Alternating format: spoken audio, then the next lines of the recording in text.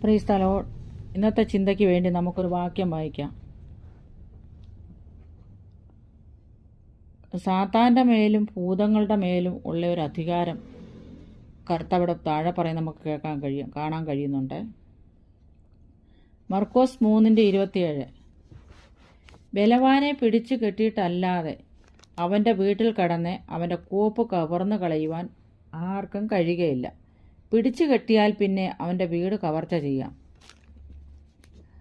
കർത്താവ് ഇവിടെ പറയുന്നത് നമുക്ക് മർക്കോസിൻ്റെ സുവിശേഷത്തിൽ കാണാൻ കഴിയുന്നുണ്ട്.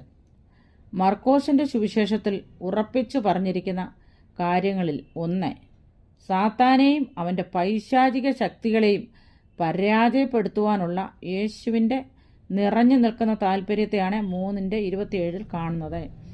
ബലവാനെ അല്ലെങ്കിൽ സാത്താനെ പിടിച്ചു കെട്ടുക എന്നുള്ള ഉദ്ദേശത്തോടു കൂടിയാണ് കർത്താവ് ഈ ഭൂമിയിൽ വന്നത്. അതായത് സാത്താൻ അടിമകളാക്കിയവരെ സ്വതന്ത്രരാക്കുക എന്നും പറഞ്ഞിരിക്കുന്നു. അപ്പം ദൈവത്തിൻ്റെ ഉദ്ദേശം ഇത് തന്നെയായിരുന്നു. സാത്താൻ്റെ മേലുള്ള യേശുവിൻ്റെ ഈ അധികാരം ഭൂതങ്ങളുടെയും ദുഷ്ടാത്മാക്കളുടെയും പുറത്താക്കുന്നതിൽ പ്രത്യേകിച്ച് വ്യക്തമായിട്ട് നമുക്ക് കാണാൻ കഴിയുന്നുണ്ട്.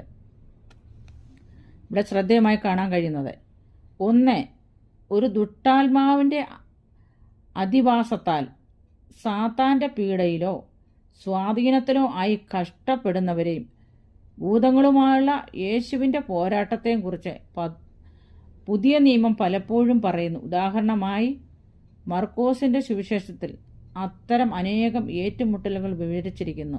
1:23, 28 മുതൽ 34 വരെയുള്ള വാക്യങ്ങൾ, 39 വരെ ഉള്ള വാക്യങ്ങൾ നമുക്ക് കാണാൻ കഴിയുന്നുണ്ട്. ഭൂതങ്ങൾ ആളത്വവും ബുദ്ധിയുമുള്ള ആത്മജീവികളാണ്. സാത്താൻ്റെ രാജ്യത്തിൻ്റെ അംഗങ്ങളും ദൈവത്തിൻ്റെയും മനുഷ്യരുടെയും ശത്രുക്കളും. മത്തായി 12:43 മുതൽ 45 വരെയുള്ള വാക്യങ്ങളിൽ നമുക്കത് കാണാൻ കഴിയുന്നു. എന്ന നിലയിൽ അവർ ദുഷ്ടന്മാരും ദ്രോഹികളും സാത്താൻ്റെ അധികാരത്തിന് കീഴുള്ളവരുമാണ് ഈ പിശാച്. മത്തായി 4:10. വിഗ്രഹദേവന്മാരുടെ പിന്നിലെ ശക്തി ഭൂതങ്ങളാണ്. വ്യാജദേവന്മാരെ ആരാധിക്കുന്നത് വാസ്തവത്തിൽ ഭൂതങ്ങളെ ആരാധിക്കുന്നതാണ്. 1 കൊരിന്ത്യർ 10:20. ദൈവത്തിൽ നിന്ന് അന്യപ്പെട്ട് സാത്താനാൽ പിടിക്കപ്പെട്ടിരിക്കുന്ന നിലയിലാണ് പുതിയ നിയമം ലോകത്തെ അവതരിപ്പിച്ചിരിക്കുന്നത്. യോഹന്നാൻ 12:33, 2 കൊരിന്ത്യർ 4:4, എഫേസ്യർ 6:10-12.